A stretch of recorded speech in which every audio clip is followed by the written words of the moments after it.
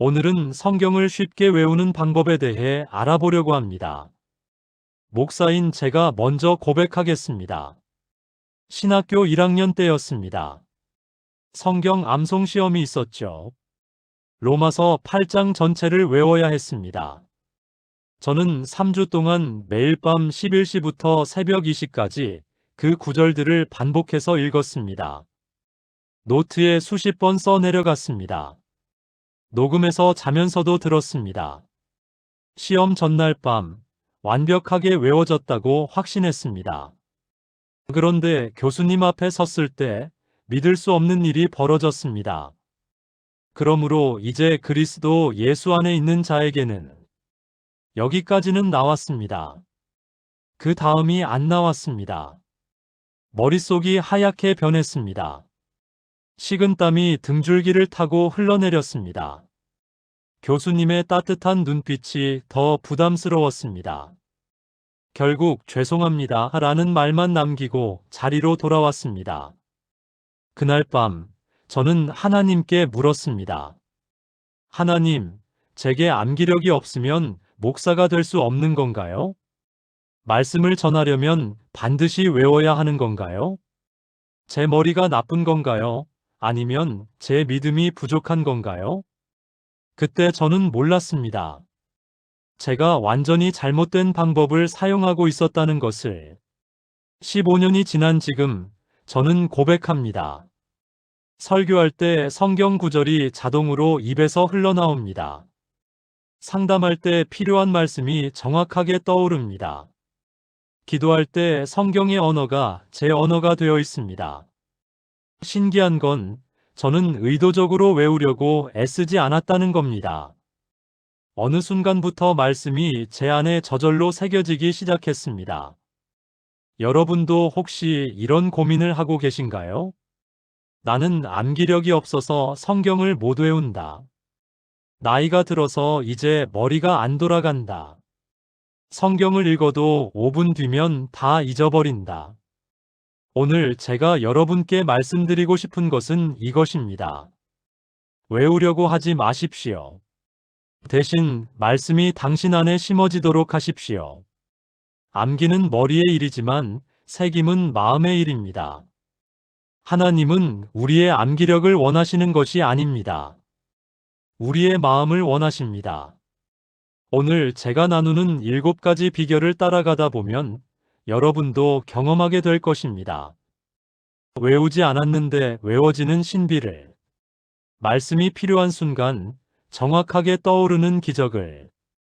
이것은 단순한 암기 기술이 아닙니다. 말씀과 하나 되는 영적 여정입니다. 지금부터 함께 그 길을 걸어가겠습니다. 1. 반복이 아니라 관계입니다. 많은 분들이 성경 암송을 마치 시험 공부하듯 접근합니다. 100번 읽으면 외워질 거야. 매일 10번씩 반복하면 되겠지. 카드에 써서 붙여놓고 보면 외워지겠지. 저도 그렇게 했습니다. 그런데 신기하게도 그렇게 외운 구절들은 시간이 지나면 다 날아갔습니다. 왜 그럴까요? 우리가 말씀을 정보로 취급했기 때문입니다. 시험 끝나면 잊어버리는 역사 연도처럼 말입니다. 하나님은 시편 1편 2절에서 이렇게 말씀하십니다. 오직 여호와의 율법을 즐거워하여 그의 율법을 주야로 묵상하는도다. 여기서 묵상이라는 히브리어 하가는 단순히 생각한다는 의미가 아닙니다. 소가 되새김질하듯이 말씀을 반복해서 음미한다는 뜻입니다. 소는 왜 되새김질을 할까요? 단순히 기억하려고가 아닙니다. 영양분을 완전히 흡수하기 위해서입니다. 우리도 말씀을 그렇게 대해야 합니다. 제가 목회하면서 만난 80세 할머니가 있습니다. 이분은 평생 학교를 다니지 못했습니다. 글을 배운 것도 60세가 넘어서였습니다. 그런데 이분의 입에서는 성경 구절이 샘물처럼 흘러나왔습니다. 어떻게 그럴 수 있냐고 물었습니다. 할머니의 대답이 제 인생을 바꿨습니다. 목사님, 나는 성경을 외운 게 아니라 성경과 대화를 했어요. 매일 아침 요한복음 3장 16절을 읽으면서 물었어요. 하나님, 정말 나를 이렇게 사랑하세요? 그러면 그날 하루 동안 하나님의 사랑이 보이기 시작했어요. 길에서 만난 꽃에서도, 따뜻한 햇살에서도, 낯선 사람의 미소에서도. 그러면 저녁에 다시 그 구절을 읽으면서 고백했어요. 하나님, 오늘도 당신의 사랑을 경험했습니다. 이렇게 50년을 살았더니 이제 그 말씀이 제 몸의 일부가 됐어요. 이것이 비밀입니다. 말씀을 암기하려고 하지 마십시오. 말씀과 관계를 맺으십시오. 오늘 하루 동안 단 한 구절을 선택하세요. 그 구절을 읽으면서 하나님께 질문하세요. 이 말씀이 오늘 제게 무슨 의미인가요? 하루 종일 그 말씀의 렌즈로 세상을 바라보세요. 저녁에 다시 그 구절로 돌아와 고백하세요. 하나님, 오늘 이 말씀이 이렇게 살아있었습니다. 이것을 일주일만 해보십시오. 그 구절을 외우려고 애쓰지 않았는데 완전히 당신의 것이 되어 있을 겁니다. 왜냐하면 그것은 더 이상 텍스트가 아니라 경험이 되었기 때문입니다. 여러분, 말씀 암기는 반복의 결과가 아닙니다. 관계의 결과입니다. 하나님과의 살아있는 대화 속에서 말씀은 자연스럽게 우리 안에 새겨집니다. 오늘부터 성경을 대하는 태도를 바꿔보세요. 외워야 할 텍스트가 아니라 대화할 연인의 편지로 바라보세요. 연인의 편지는 외우려고 하지 않아도 외워지지 않나요? 그것은 그 편지가 단순한 정보가 아니라 사랑의 표현이기 때문입니다. 하나님의 말씀도 그렇습니다. 그것은 시험 문제가 아니라 사랑의 편지입니다. 그렇게 받아들일 때 암기는 자연스러운 결과가 됩니다. 하나님 아버지, 그동안 제가 말씀을 너무 기계적으로 대했음을 고백합니다. 외우는 것에만 집중하고 당신과의 관계는 놓쳤습니다. 오늘부터 말씀을 당신의 사랑의 편지로 받아들이기 원합니다. 한 구절 한 구절이 제게 말을 걸게 하소서. 제가 그 말씀에 응답하며 대화할 수 있게 하소서. 그렇게 살아가다 보면 말씀이 자연스럽게 제 안에 새겨지리라 믿습니다. 예수님의 이름으로 기도합니다. 아멘. 감정과 연결하십시오. 뇌과학자들이 발견한 흥미로운 사실이 있습니다. 우리 뇌는 감정이 실린 기억을 훨씬 오래 보관합니다.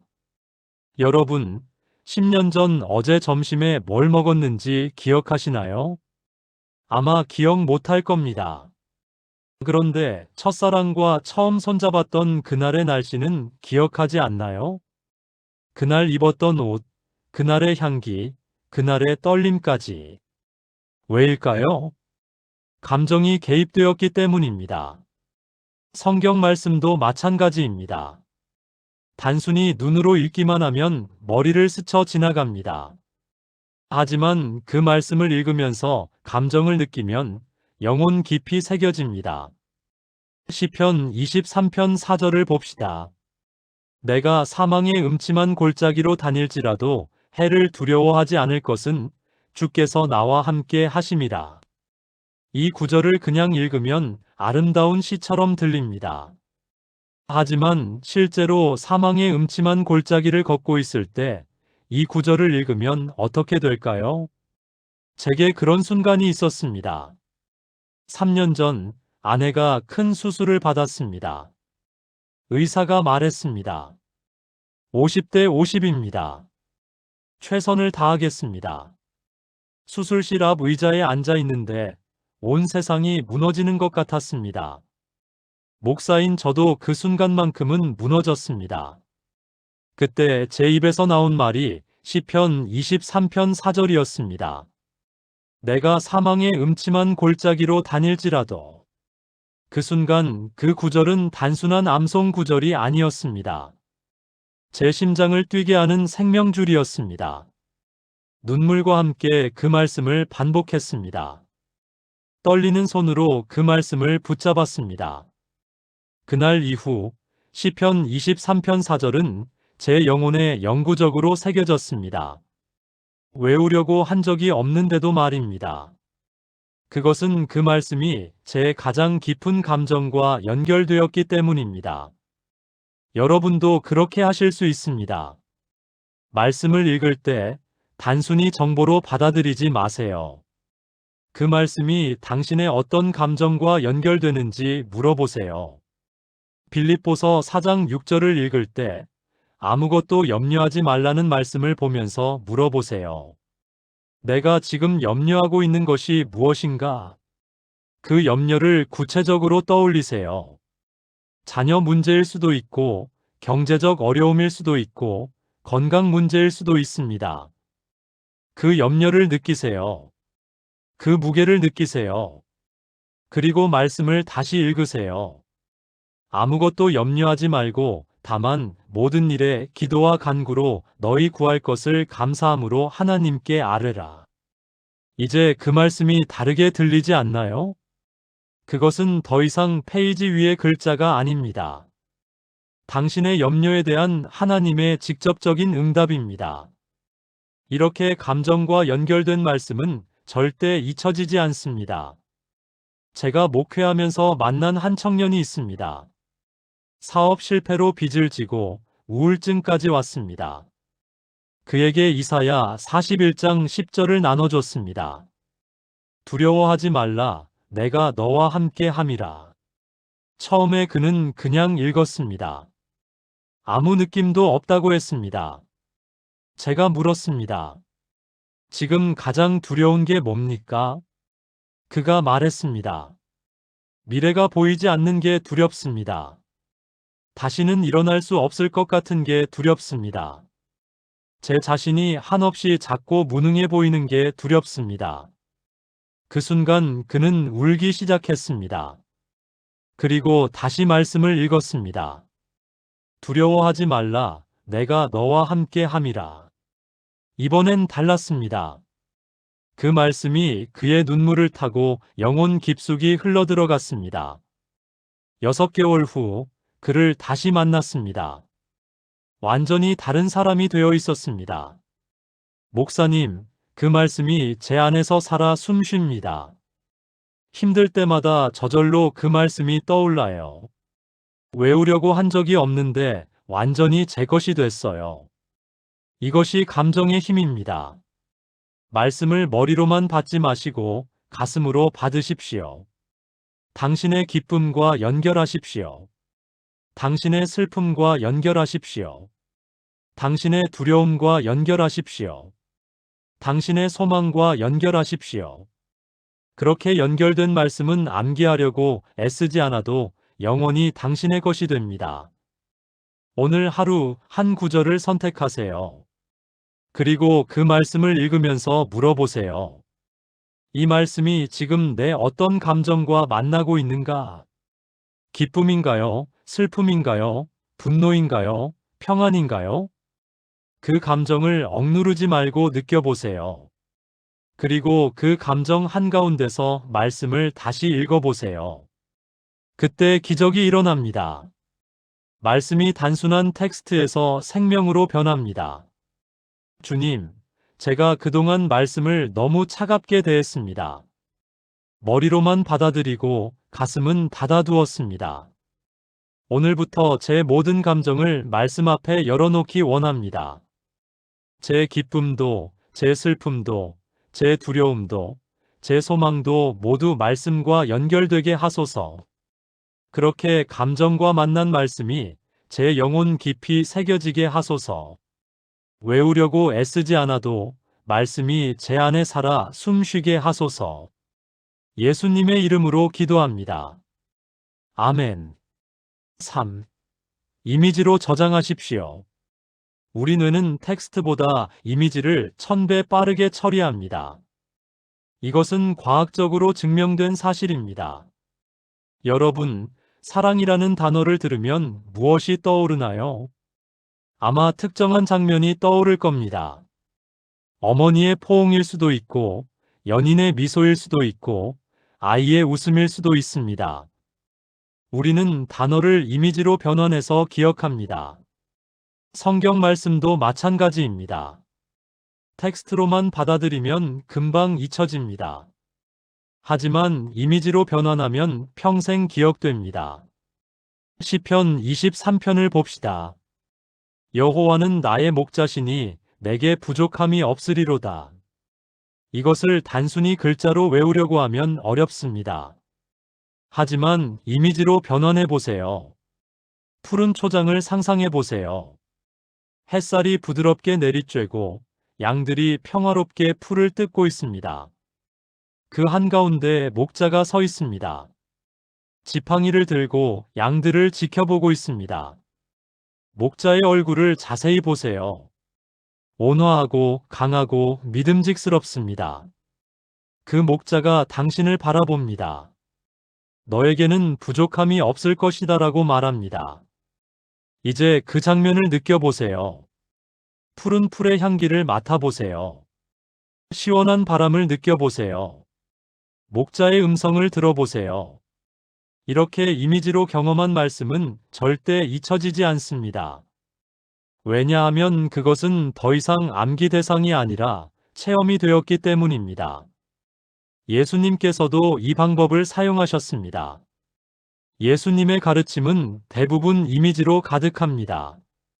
너희는 세상의 소금이니 너희는 세상의 빛이라. 좁은 문으로 들어가라. 겨자씨 한 알, 포도나무와 가지. 왜 예수님은 추상적인 개념을 설명하실 때 항상 구체적인 이미지를 사용하셨을까요?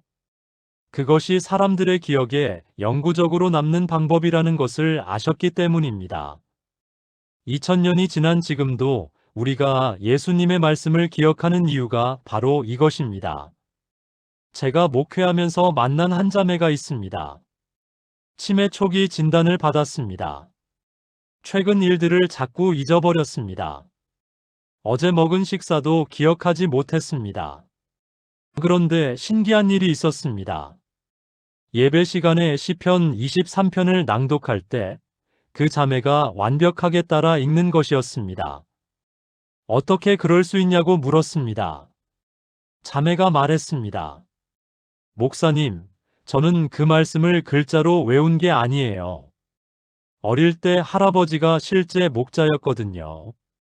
할아버지를 따라 양 치러 다닐 때마다 할아버지가 이 시편을 읽어주셨어요. 그러면서 하나님이 우리의 목자처럼 우리를 돌보신단다라고 하셨죠. 그때 본 푸른 초장, 잔잔한 물가, 할아버지의 지팡이, 양들의 모습이 지금도 생생해요. 그래서 이 말씀만큼은 절대 잊혀지지 않아요.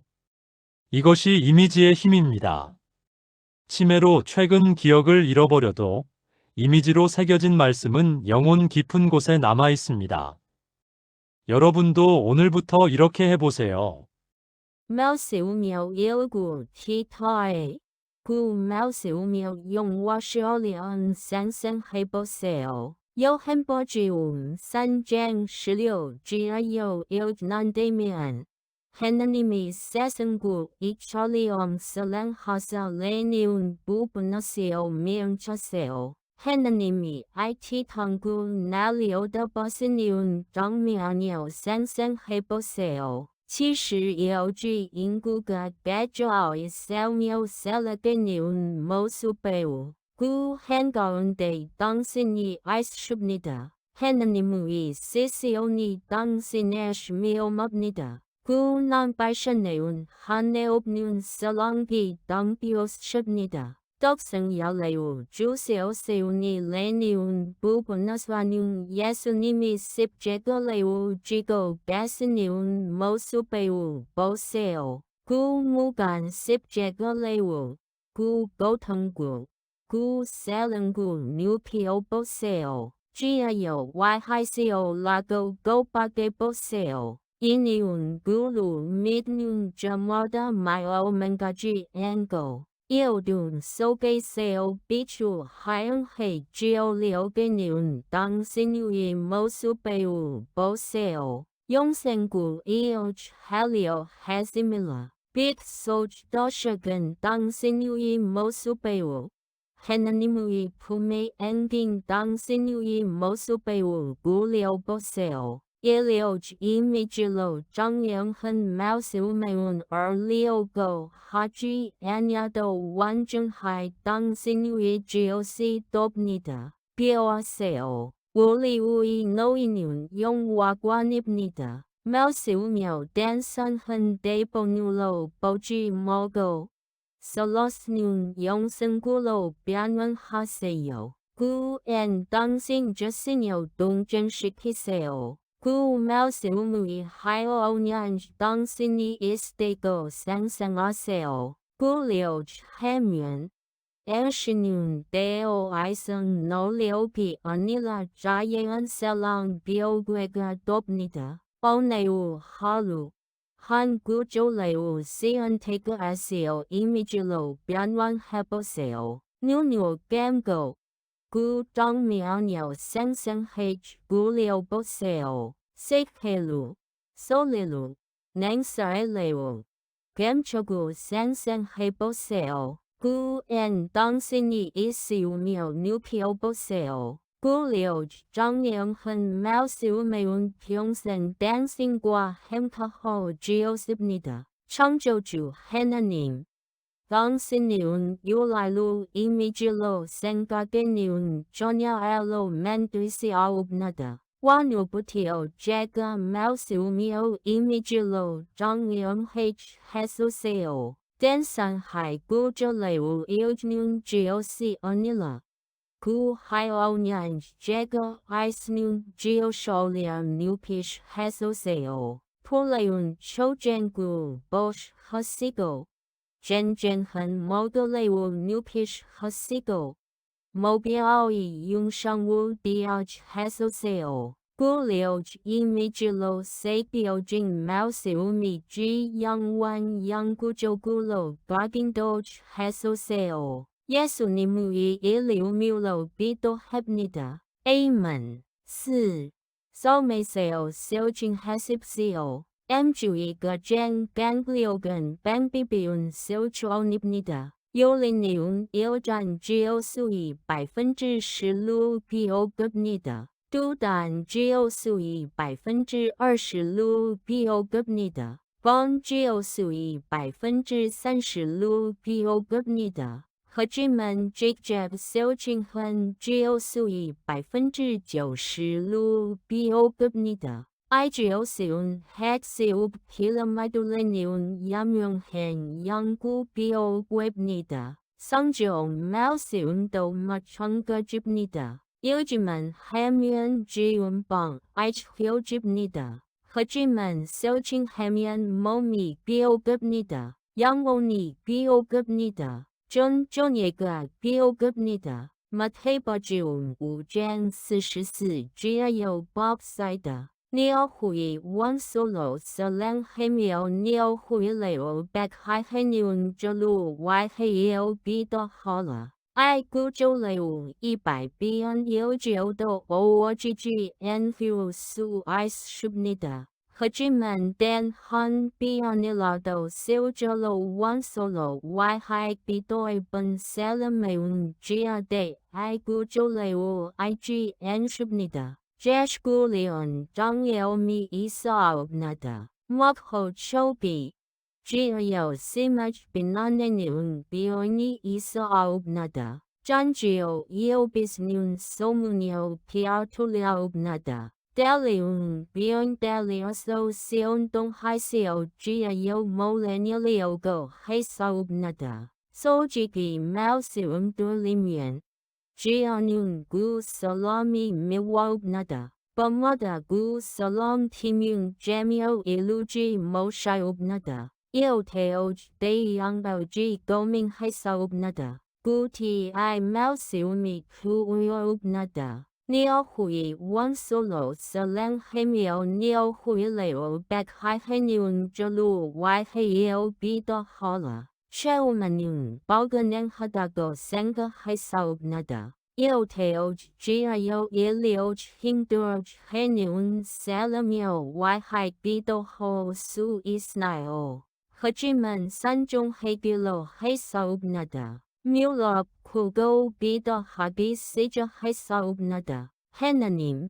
Gu Salamio Chakbok Hijuseo. Cheumanun Ibesio Nauji and Hasebnida. Ojilo Ne Betnun Molio Ubnada. Hajiman Gaisa Hesaubnada. Mayo Aking Gu Salamui Iliumio Buleumio Chakbok Bidolu Hesaubnada. Singihan Ili Ilionaubnada. Iljojiam Jinaya.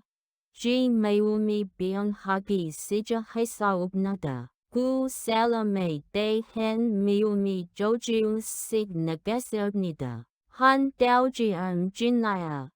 Gu Salamui Apiumi Boigi Sija Hesaubnada. Gu Salondo Sanchibadeun Salamio Ubnada. Injung Baji Moshan Sanchio.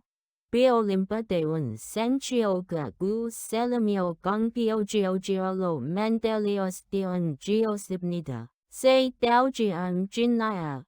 Jin Simulo Gu Salamio Y Hai Bido H Doyaubnada. Gu Ligo Nolan Ili Biolio Jaubnada. Gu Salami Bion Hagi Sijagan Geobnida. Ilnyang Hu. Gu Salameun Jesh Waseo Nanmolo Segwa Haubnada. Chigiu Meun Jiga Jan Biandang Han Dong Yobia Zhang Han Miong Ibnida. Gu Zhang Yam Ihu. Mateba Jiung Wu Jan 44周利用完整海 GGOC 都要nada. Barlio go han GOB eobisnende do yong hung BP se bio jiao nada. When ya hamien gu mao siu miao mong so ching hasp timunibnida. Yo liu bundo gu liu hasil su ice shubnida. Yujiman haji maseyo. 修清哈塞有 Abba Socio 4卷32兆 Solo 清九 H 还没有不曾比有几秒 Solo 用 C 好了 Noon 秒小秒 Ilgo Astemian 我内容 New 感觉清着路 Bepuseo Pale Piece Up Jigonesh Titatushan Melu Gio Naseyo 집에서 가족에게 용서를 구하거나 용서를 선포하세요. 그렇게 실천한 말씀은 절대 잊혀지지 않습니다. 제가 아는 한 청년이 있습니다. 대학생인데 성경 암송을 정말 못했습니다. 아무리 읽어도 머릿속에 남지 않는다고 했습니다. 제가 제안했습니다. 읽지만 말고 실천해 보세요. 그 주간에 마태복음 25장 35절을 나눠줬습니다. 내가 줄일 때에 너희가 먹을 것을 주었고, 그리고 실천 과제를 줬습니다. 이번 주에 배고픈 사람 한 명을 찾아서 식사를 대접하라고. 청년은 거리로 나갔습니다. 노숙자 한 분을 만났습니다. 함께 식당에 가서 식사를 대접했습니다. 그 노숙자의 이야기를 들었습니다. 사업 실패, 가족 해체, 알코올 중독의 이야기를. 그리고 따뜻한 밥을 먹으며 눈물 흘리는 그 노숙자를 보았습니다. 그날 밤 청년이 제게 전화했습니다. 목사님, 마태복음 25장 35절이 완전히 제 것이 됐어요. 외우려고 한 적도 없는데 그 구절이 제 가슴에 불처럼 타오릅니다. 이제 그 말씀을 볼 때마다 오늘 만난 그분의 얼굴이 떠올라요. 이것이 실천의 힘입니다. 말씀을 몸으로 살아낼 때 그 말씀은 우리 존재의 일부가 됩니다. 더 이상 외워야 할 텍스트가 아니라 우리가 살아가는 방식 자체가 됩니다. 야고보서 1장 22절이 이렇게 말합니다. 너희는 말씀을 행하는 자가 되고 듣기만 하여 자신을 속이는 자가 되지 말라. 듣기만 하면 자신을 속입니다. 나는 말씀을 안다고 착각하게 됩니다. 하지만 실천할 때 진정으로 알게 됩니다. 그리고 그렇게 실천한 말씀은 암기하려고 애쓰지 않아도 영원히 기억됩니다. 오늘 여러분께 도전합니다. 이번 주에 단 한 구절을 선택하세요. 그 구절을 읽기만 하지 마세요. 실천 계획을 세우세요. 빌립보서 2장 3절 아무 일에든지 다툼이나 허영으로 하지 말고 오직 겸손한 마음으로 각각 자기보다 남을 낮게 여기라를 선택했다면 이번 주에 누군가를 높이는 행동을 구체적으로 하세요. 회사에서 동료의 아이디어를 상사에게 추천하세요. 가정에서 배우자의 수고를 자녀들 앞에서 칭찬하세요. 교회에서 다른 사람의 봉사를 격려하세요. 그렇게 실천한 말씀은 외우려고 하지 않아도 완전히 당신의 것이 됩니다. 왜냐하면 그것은 더 이상 정보가 아니라 당신의 삶 자체가 되었기 때문입니다. 주님, 제가 그동안 말씀을 머리로만 받았습니다. 읽고, 듣고, 생각하기만 했습니다. 하지만 이제 깨달았습니다. 말씀은 실천될 때 진정으로 제 것이 된다는 것을. 오늘부터 말씀을 삶으로 살아내기 원합니다. 한 구절 한 구절을 제 일상에서 실천하게 하소서. 그렇게 몸으로 경험한 말씀이 제 영혼에 영구적으로 새겨지게 하소서. 예수님의 이름으로 기도합니다. 아멘. 5. 소리내어 고백하십시오. 우리의 귀는 우리 자신의 목소리에 가장 민감합니다. 다른 사람의 목소리보다 우리 자신의 목소리를 더 잘 기억합니다. 이것도 뇌과학적으로 증명된 사실입니다. 성경 말씀을 눈으로만 읽지 마세요. 소리내어 읽으세요. 더 나아가 고백하세요. 선포하세요. 그러면 그 말씀이 귀를 통해 다시 들어와 2배로 각인됩니다. 로마서 10장 17절이 말합니다. 그러므로 믿음은 들음에서 나며 들음은 그리스도의 말씀으로 말미암았느니라. 믿음도 들음에서 나옵니다. 듣는 것이 중요합니다. 특히 자신의 목소리로 말씀을 선포할 때 그것은 단순한 암기를 넘어 믿음의 고백이 됩니다. 제가 목회 초기에 겪은 일입니다. 재정적으로 극도로 어려웠던 시기가 있었습니다. 개척교회라 교인도 적었고 헌금도 거의 없었습니다. 집세조차 낼 수 없는 상황이 되었습니다. 통장에는 3만 원이 전부였습니다. 그날 밤 잠을 이룰 수 없었습니다. 불안과 두려움이 몰려왔습니다. 이렇게 목회를 계속할 수 있을까? 교회를 접어야 하는 건 아닐까? 그때 빌립보서 4장 19절이 떠올랐습니다. 나의 하나님이 그리스도 예수 안에서 영광 가운데 그 풍성한 대로 너희 모든 쓸 것을 채우시리라. 처음에는 그냥 마음속으로 읽었습니다. 위로가 되지 않았습니다. 그저 아름다운 구절일 뿐이었습니다. 그런데 문득 생각이 들었습니다. 소리내어 고백해보자. 무릎을 꿇고 큰 소리로 선포했습니다. 나의 하나님이 그리스도 예수 안에서 영광 가운데 그 풍성한 대로 나의 모든 쓸 것을 채우시리라. 처음에는 떨리는 목소리였습니다. 하지만 계속 반복했습니다. 점점 목소리가 커졌습니다. 점점 확신이 생겼습니다. 제 귀로 제 고백을 들으면서 제 믿음이 강해지는 것을 느꼈습니다. 30분 동안 그 구절을 소리내어 고백했습니다. 신기하게도 불안이 사라졌습니다. 평안이 찾아왔습니다. 그날 이후 빌립보서 4장 19절은 완전히 제 것이 되었습니다. 외우려고 한 적이 없는데도 영혼에 새겨졌습니다. 더 놀라운 일은 그 다음 주부터 예상치 못한 곳에서 후원이 들어오기 시작했다는 것입니다. 하나님은 제 고백을 들으셨고 응답하셨습니다. 잠언 18장 21절이 말합니다. 죽고 사는 것이 혀의 힘에 달렸나니 우리의 혀에는 생사를 좌우하는 힘이 있습니다. 우리가 무엇을 고백하느냐가 우리의 현실을 만듭니다. 불평과 불신을 고백하면 우리 삶에 불평과 불신이 가득합니다. 하지만 하나님의 말씀을 고백하면 우리 삶에 하나님의 역사가 일어납니다.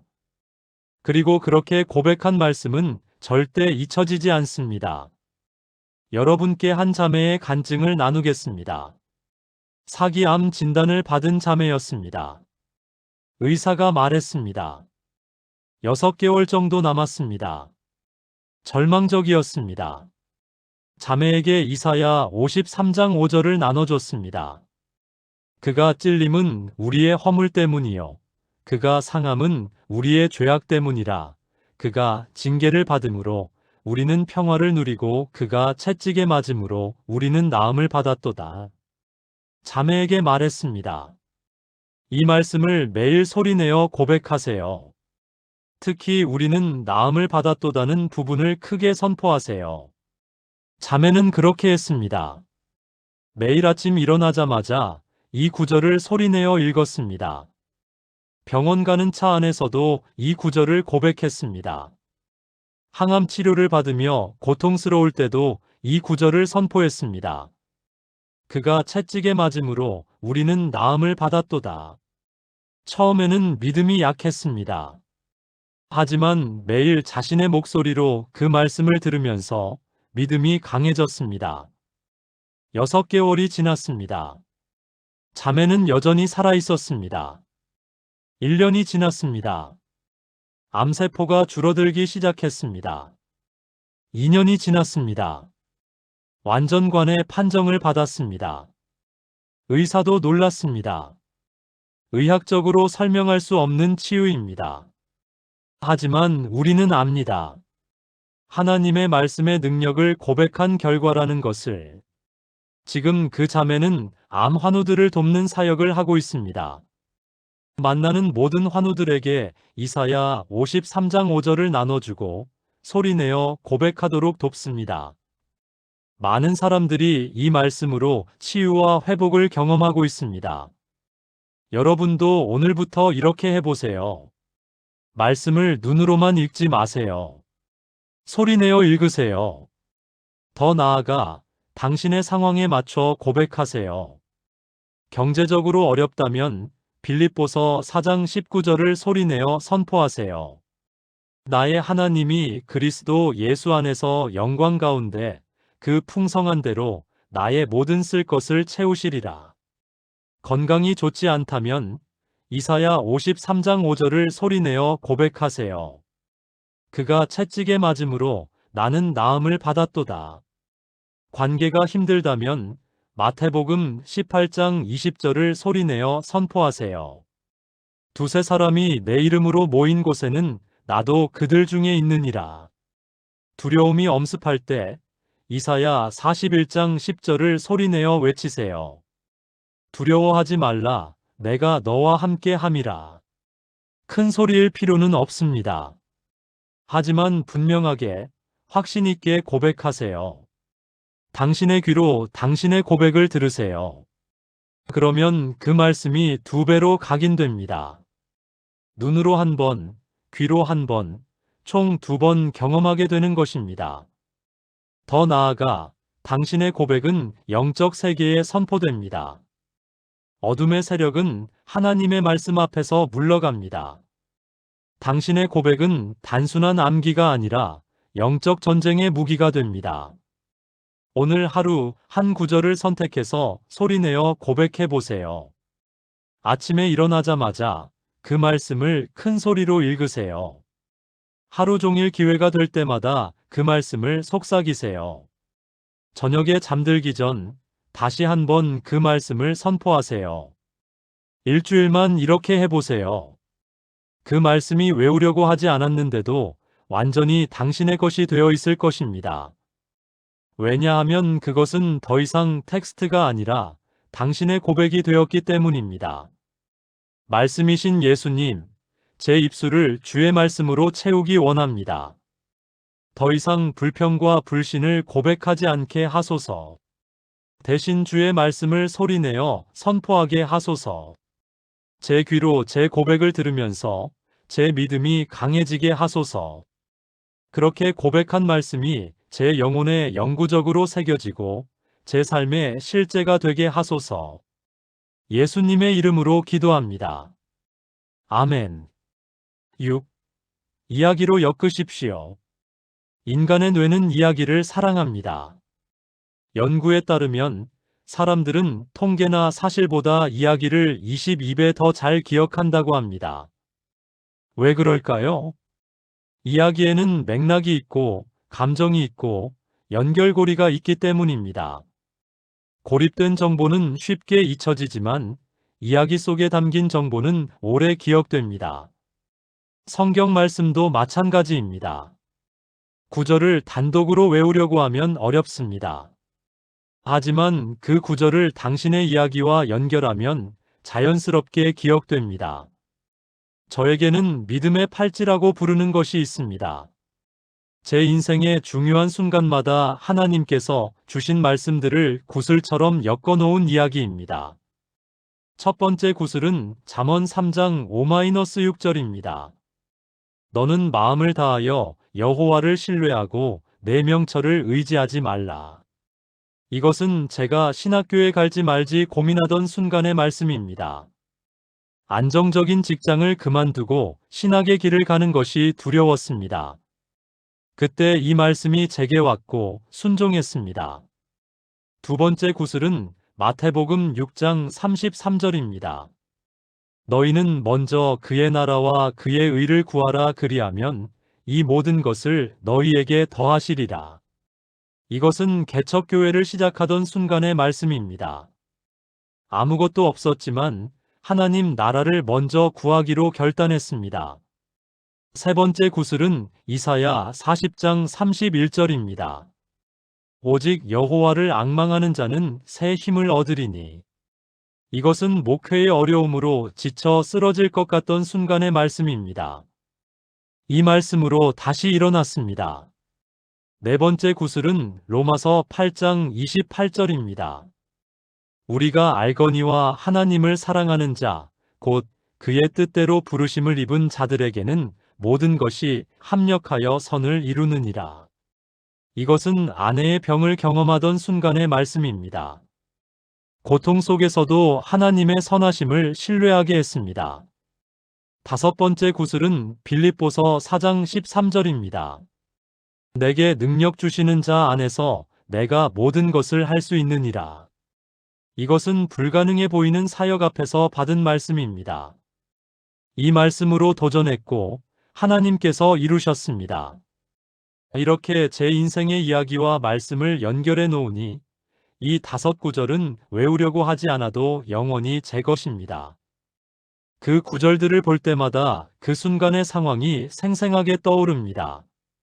그 구절들은 단순한 텍스트가 아니라 제 인생의 이정표가 되었습니다. 여러분도 이렇게 할 수 있습니다. 당신의 인생에서 중요했던 순간들을 떠올려 보세요. 기쁨의 순간, 슬픔의 순간, 결정의 순간, 변화의 순간들을. 그리고 성경을 읽으면서 그 순간들과 연결되는 구절들을 찾아보세요. 제가 아는 한 청년의 이야기를 들려드리겠습니다. 이 청년은 심한 우울증으로 고생했습니다. 자살을 시도한 적도 있었습니다. 그런 그에게 제가 희망의 목걸이를 만들어 보라고 제안했습니다. 절망의 순간마다 하나님께서 주시는 말씀을 구슬처럼 엮어보라고. 첫 번째 구슬은 자살을 시도하려던 순간 우연히 펼쳐진 성경에서 본 예레미야 29장 11절이었습니다. 여호와의 말씀이니라 너희를 향한 나의 생각을 내가 아나니 평안이요 재앙이 아니니라 너희에게 미래와 희망을 주는 것이니라. 그 순간 청년은 울음을 터뜨렸고 하나님께서 자신에게 미래와 희망을 주신다는 것을 믿기로 했습니다. 두 번째 구슬은 치료를 시작하면서 받은 시편 30편 5절이었습니다. 그의 노여움은 잠깐이요 그의 은총은 평생이로다. 저녁에는 울음이 깃들릴지라도 아침에는 기쁨이 오리로다. 지금의 고통이 영원하지 않다는 희망을 주었습니다.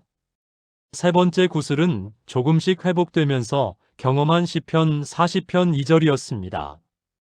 나를 기가 막힐 웅덩이와 수렁에서 끌어올리시고 내 발을 반석 위에 두산의 걸음을 견고하게 하셨도다.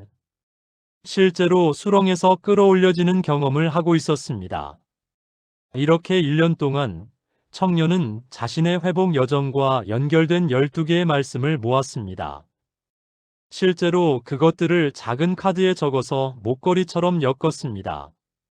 지금 그 청년은 완전히 회복되어 같은 고통을 겪는 사람들을 돕는 상담가가 되었습니다. 그리고 그 12개의 말씀은 외우려고 한 적이 없는데도 완전히 그의 것이 되었습니다. 왜냐하면 그것들은 단순한 구절이 아니라 그의 생존 이야기이기 때문입니다. 이것이 이야기의 힘입니다.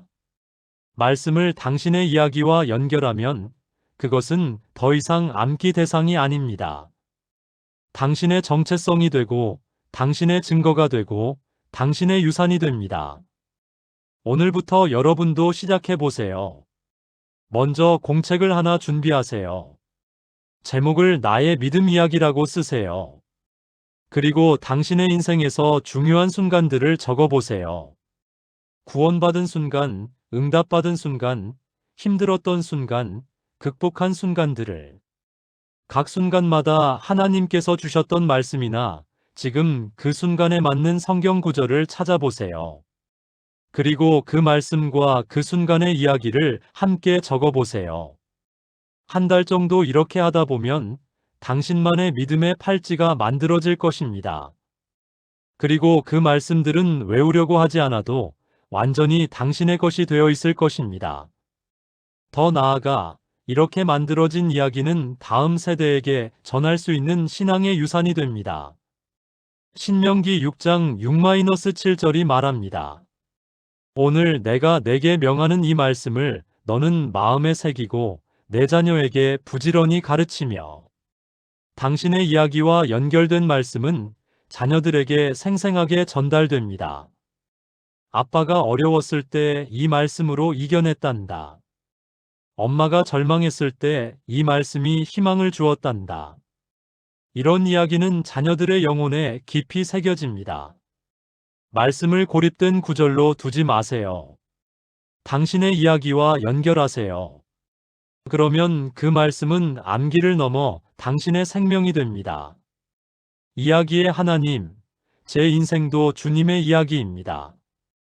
제 삶의 모든 순간에 주님의 말씀을 연결하기 원합니다. 기쁨의 순간마다, 슬픔의 순간마다 주님의 말씀이 있었음을 고백합니다.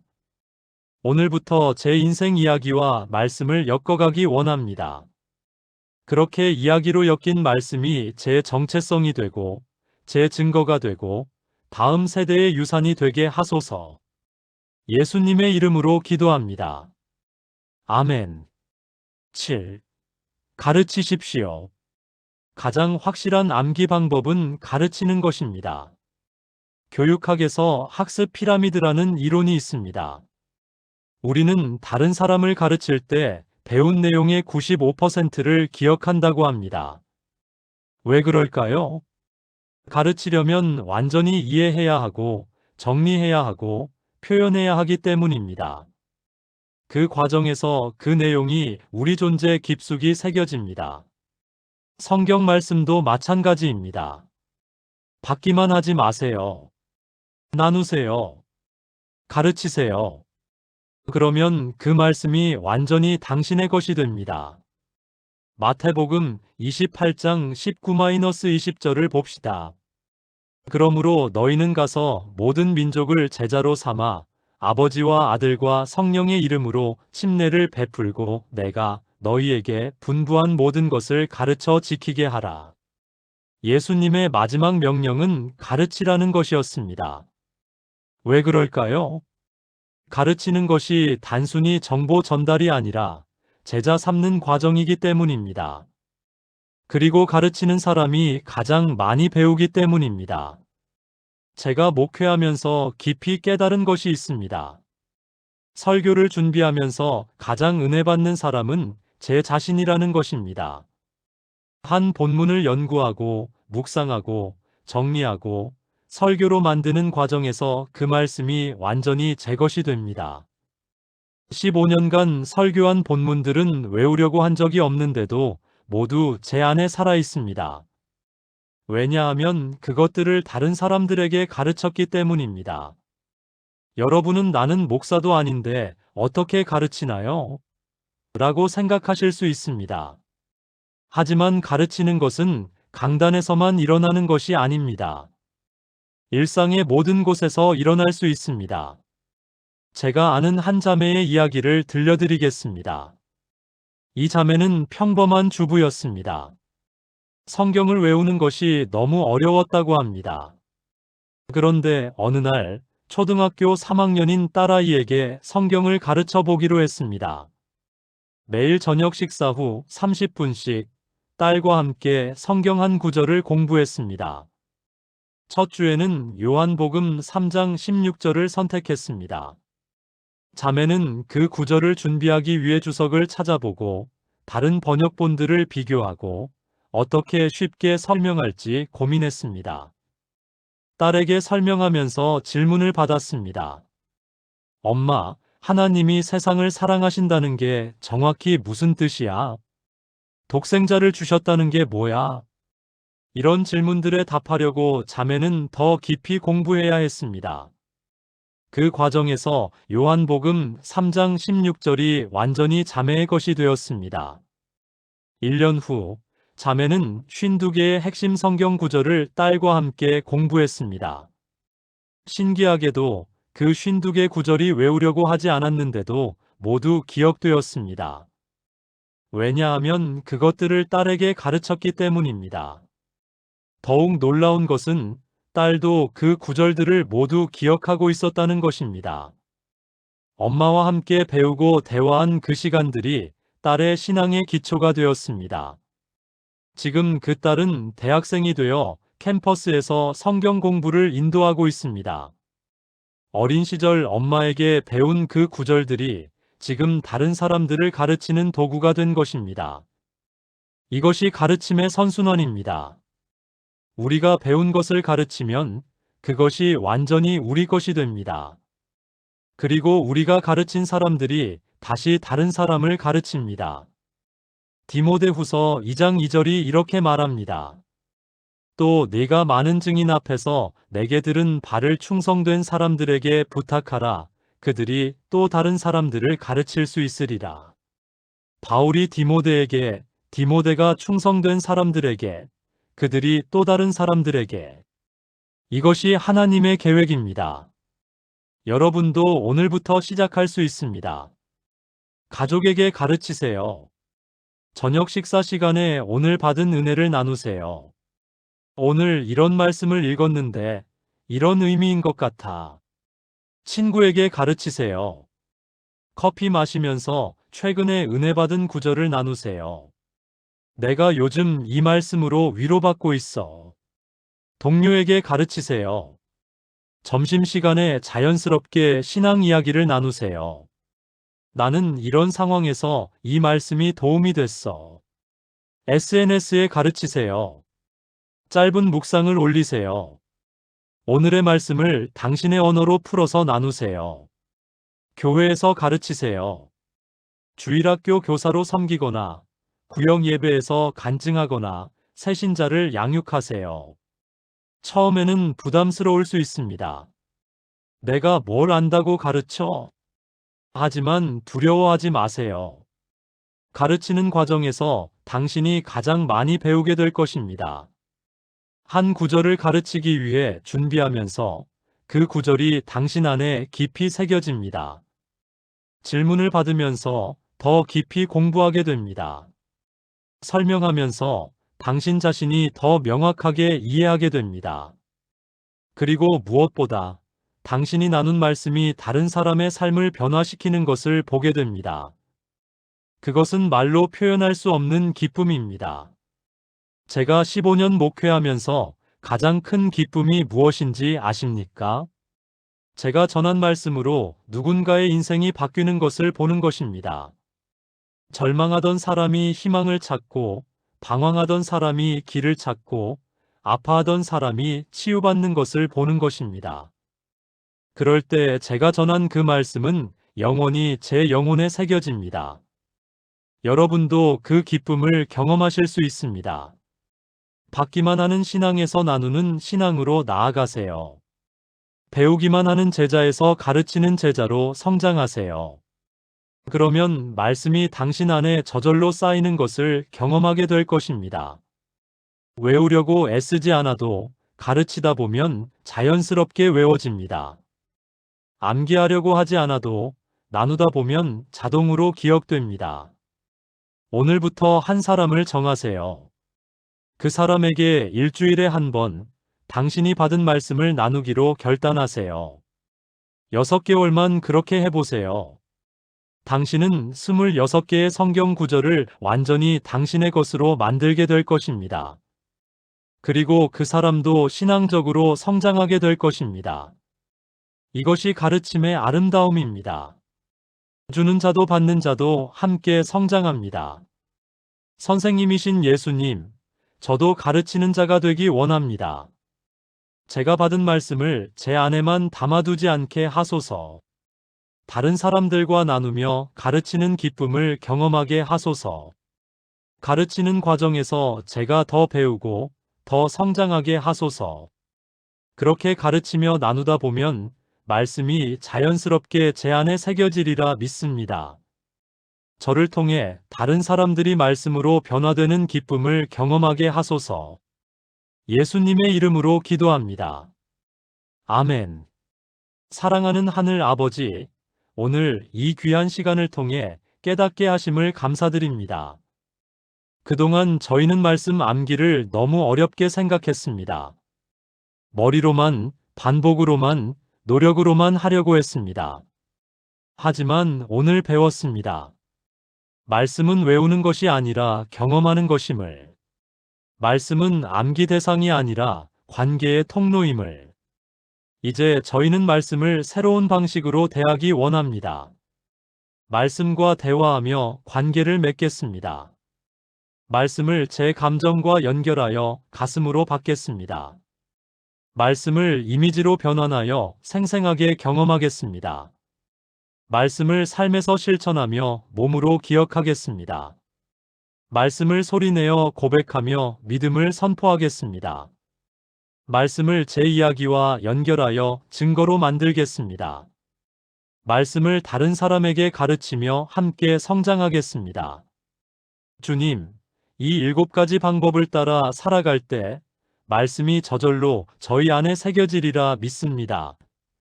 외우려고 애쓰지 않아도 말씀이 자동으로 기억되는 은혜를 경험하게 하소서. 필요한 순간마다 정확한 말씀이 떠오르는 기적을 체험하게 하소서. 그렇게 말씀이 제 머리가 아닌 제 영혼에, 제 지식이 아닌 제 삶에, 제 암기가 아닌 제 존재에 새겨지게 하소서. 말씀이 저희의 위로가 되고, 저희의 힘이 되고, 저희의 길이 되게 하소서. 오늘부터 새로운 여정을 시작합니다.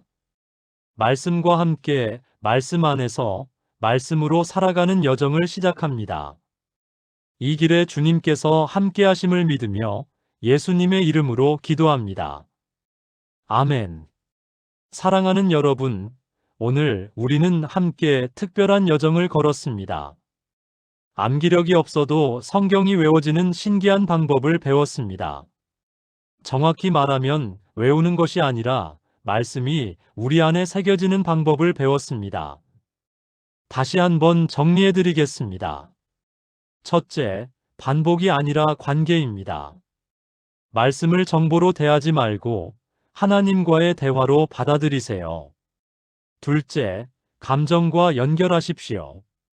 말씀을 머리로만 받지 말고 당신의 기쁨과 슬픔, 두려움과 소망과 연결하세요. 셋째, 이미지로 저장하십시오. 말씀을 텍스트로만 보지 말고 생생한 영상으로 변환하세요. 넷째, 삶에서 실천하십시오. 말씀을 읽기만 하지 말고 일상에서 구체적으로 살아내세요. 다섯째, 소리내어 고백하십시오. 말씀을 묵독하지 말고 확신 있게 선포하세요. 여섯째, 이야기로 엮으십시오. 말씀을 고립된 구절로 두지 말고 당신의 인생 이야기와 연결하세요. 일곱째, 가르치십시오.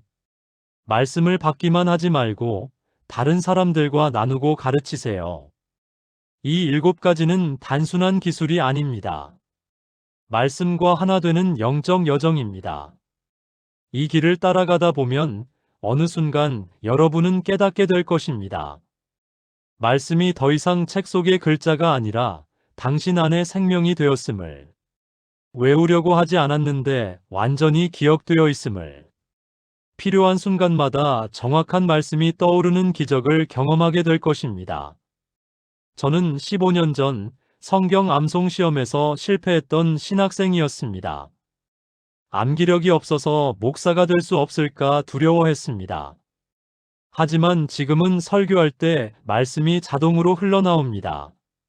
상담할 때 필요한 구절이 정확하게 떠오릅니다. 기도할 때 성경의 언어가 제 언어가 되어 있습니다. 무엇이 달라졌을까요? 제 암기력이 좋아진 것이 아닙니다. 오히려 나이가 들면서 기억력은 더 나빠졌을 것입니다. 하지만 말씀을 대하는 방식이 완전히 바뀌었습니다. 외우려고 하지 않고 경험하기 시작했습니다. 암기하려고 하지 않고 관계 맺기 시작했습니다. 그러자 말씀이 저절로 제 안에 쌓이기 시작했습니다.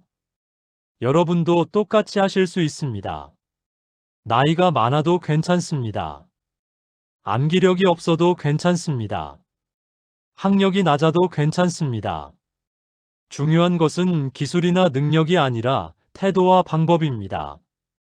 오늘부터 시작하세요. 완벽하게 하려고 하지 마세요. 한 번에 많이 하려고 하지 마세요. 그저 하루에 한 구절, 오늘 제가 나눈 7가지 중 한 가지 방법을 적용해 보세요. 한 달 후 여러분은 놀라게 될 것입니다. 30개의 구절이 외우려고 하지 않았는데도 당신의 것이 되어 있을 것입니다. 6개월 후 여러분의 대화가 달라져 있을 것입니다. 말씀이 자연스럽게 입에서 흘러나올 것입니다. 1년 후 여러분의 삶이 달라져 있을 것입니다. 말씀이 당신의 생각과 판단과 행동의 기준이 되어 있을 것입니다. 이것이 제가 여러분께 약속드리는 것입니다. 이것은 제 경험에서 나온 확신입니다. 그리고 수많은 성도들이 검증한 진리입니다. 마지막으로 한 가지만 더 말씀드리겠습니다. 이 여정을 혼자 가지 마세요. 함께 가세요.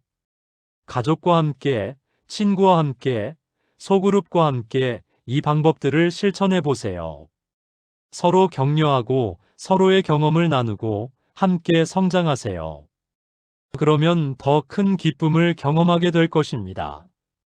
여러분, 오늘이 새로운 시작입니다. 암기력이 없어도 말씀이 외워지는 신비한 여정의 시작입니다. 아니, 정확히 말하면 외우는 것을 넘어 말씀이 당신의 생명이 되는 여정의 시작입니다. 이 길에 하나님께서 함께 하실 것입니다. 성령께서 도우실 것입니다. 그리고 여러분은 경험하게 될 것입니다. 말씀과 하나 되는 기쁨을, 말씀으로 살아가는 능력을, 말씀이 실제가 되는 기적을. 오늘 이 시간이 여러분의 인생의 전환점이 되기를 축복합니다. 하나님의 말씀이 여러분의 등불이 되고 여러분의 길에 빛이 되기를 축복합니다. 시편 119편 105절의 말씀으로 마무리하겠습니다. 주의 말씀은 내 발의 등이요 내 길의 빛이니이다. 이 말씀이 여러분의 고백이 되기를 축복하며 오늘 말씀을 마치겠습니다. 하나님께서 여러분과 함께 하시기를 축복합니다. 아멘.